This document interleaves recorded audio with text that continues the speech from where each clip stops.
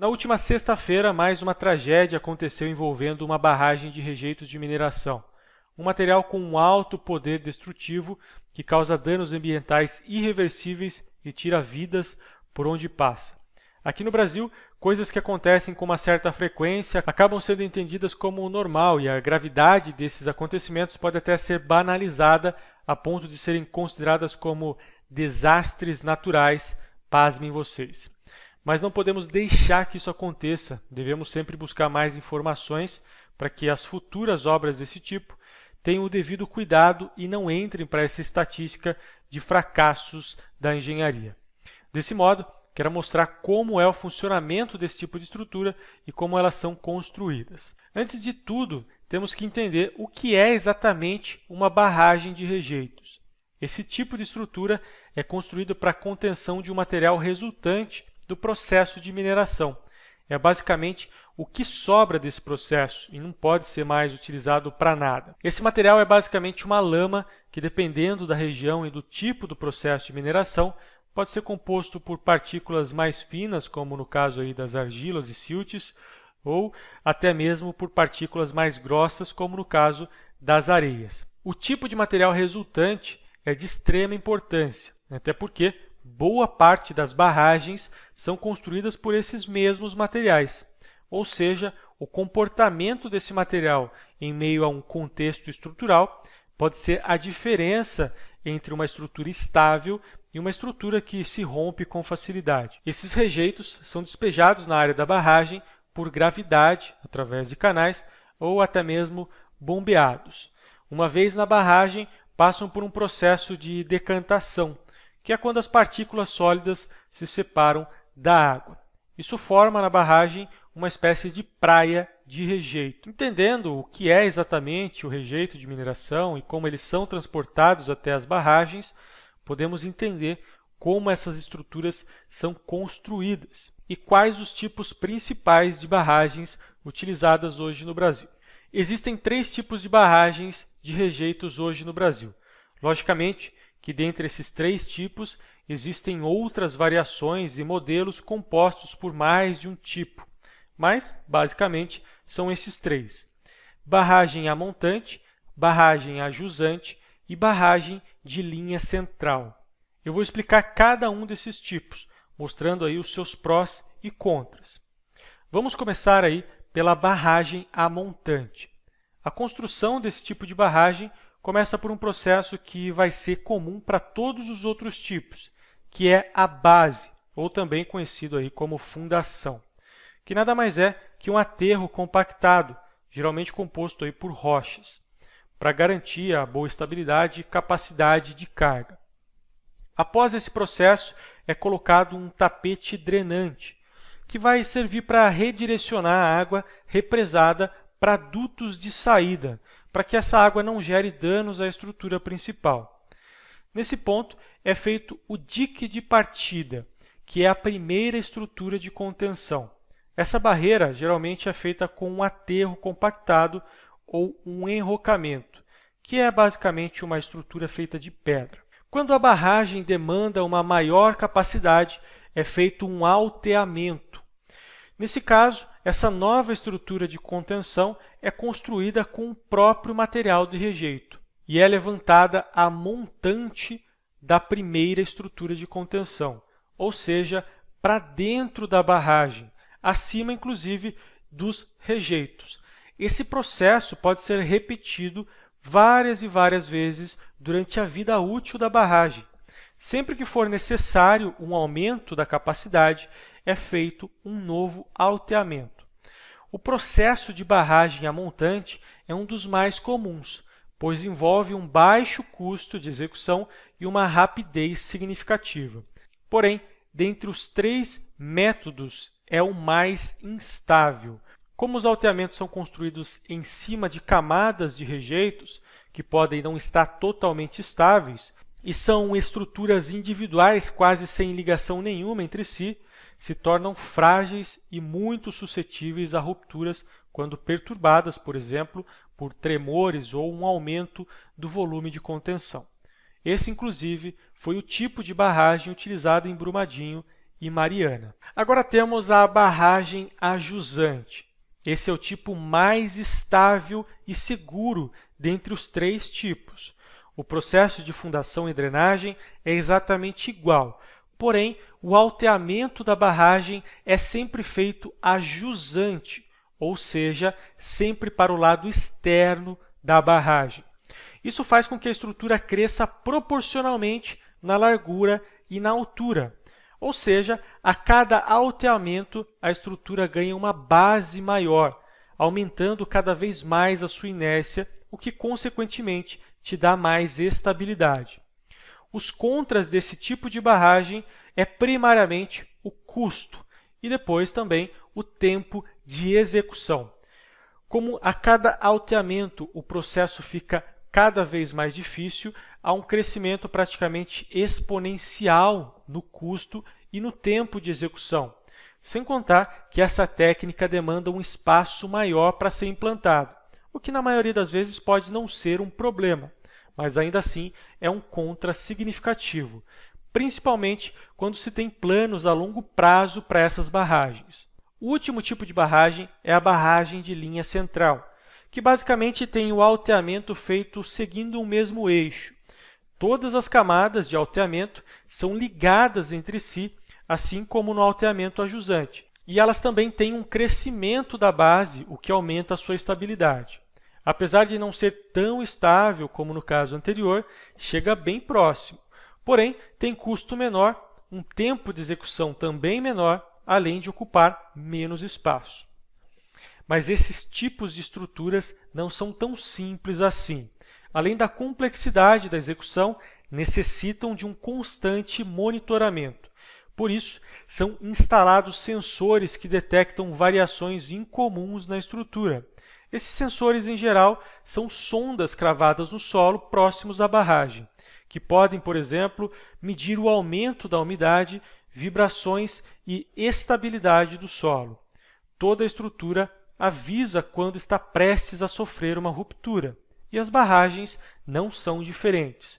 Dependendo do tipo de ruptura, é possível detectar com um bom tempo de antecedência, permitindo a evacuação em casos extremos ou até mesmo a remediação. Isso sem contar todas as avaliações das estruturas por profissionais especializados, que analisam o estado da estrutura periodicamente.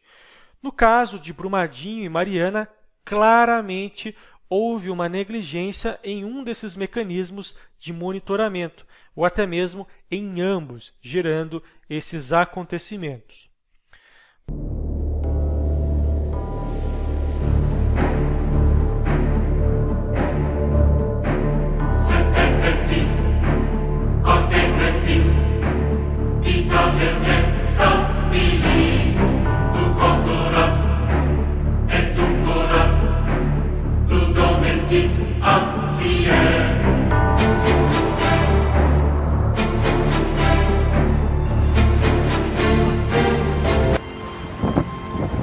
Misericórdia, meu Deus do céu! Ô, meu pai! Nosso amigo, gente! Que velho!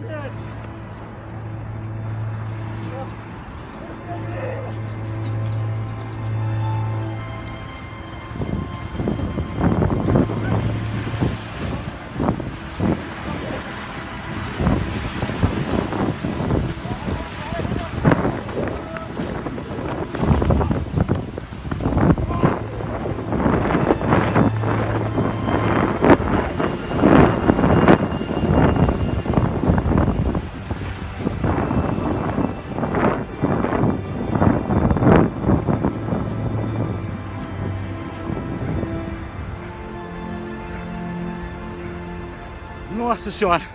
Caiu tudo! O que é isso? O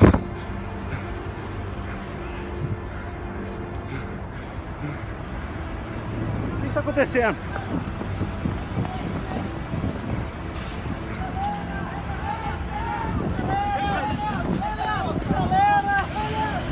Calma aí, aconteceu!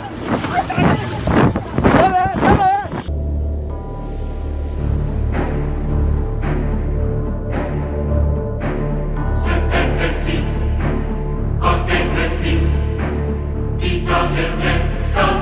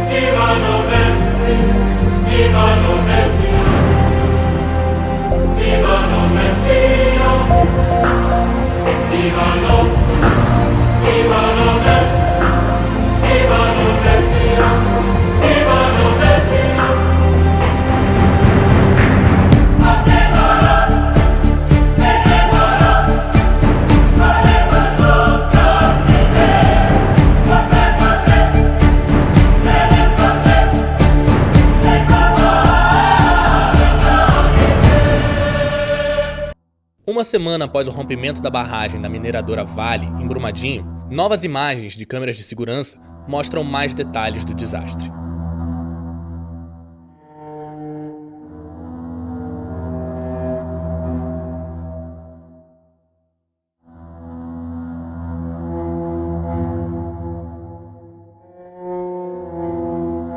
Ao meio-dia, 28 minutos e 25 segundos do dia 25 de janeiro de 2019, a barragem 1 da mina Córrego do Feijão começa a desmoronar.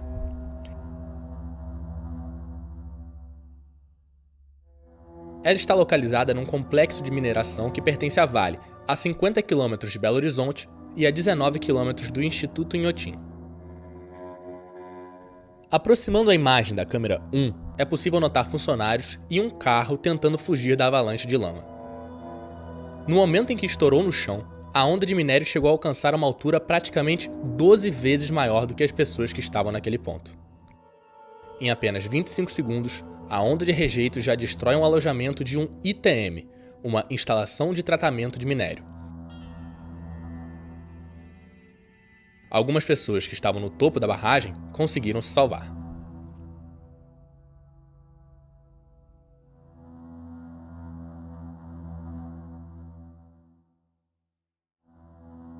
Em meio minuto, a lama já invade a área de carregamento, local onde o minério é amontoado por empilhadeiras e carregado em vagões para ser escoado através de uma ferrovia.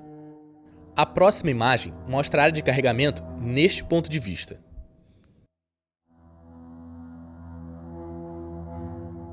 Em pouco tempo, a lama cobre as pilhas de minério.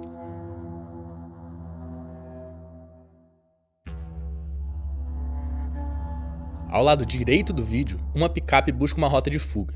Um trator também tenta escapar, mas os rejeitos cercam e quase engolem completamente os veículos. A locomotiva também é destruída pelos rejeitos que já estão por todo o canteiro.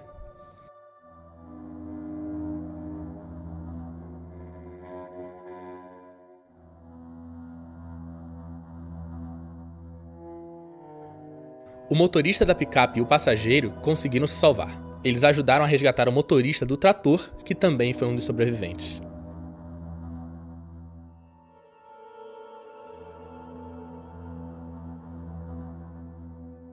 De uma segunda câmera próxima à barragem 1, vemos outro ângulo do rompimento. Ela mostra que a encosta da barragem também desmorona e que a ITM vista pela outra câmera já está destruída. Resta apenas a empilhadeira de minério do local.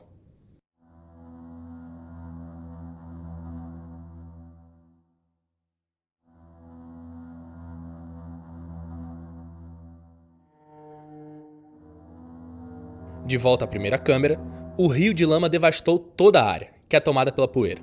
Repare que 2 carros e um caminhão aparentemente conseguem fugir pela estrada de terra à esquerda.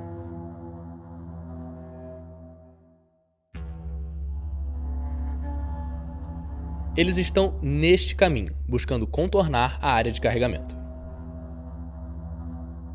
Neste momento, passaram-se cerca de 3 minutos desde o rompimento da barragem.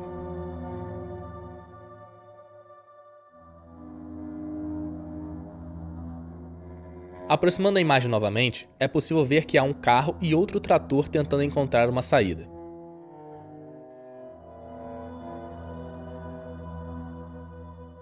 Há também um sobrevivente na empilhadeira. Os veículos andam por uma rota próxima à barragem 6. Ela sofreu alguns impactos do colapso da barragem 1 e está sendo monitorada. Além desta, as barragens 4 e 4A também foram atingidas pelo vazamento. E neste local funcionava o centro administrativo da Vale, onde havia o refeitório que estava lotado no momento em que a onda de rejeitos atingiu a estrutura. As barragens 7, Menezes 1 e Menezes 2 não foram atingidas. Exatamente após 7 dias de buscas, o número de mortos já chega a 115 pessoas, enquanto há ainda 248 desaparecidos. Desde sábado, dia 26 de janeiro, nenhuma pessoa foi resgatada com vida.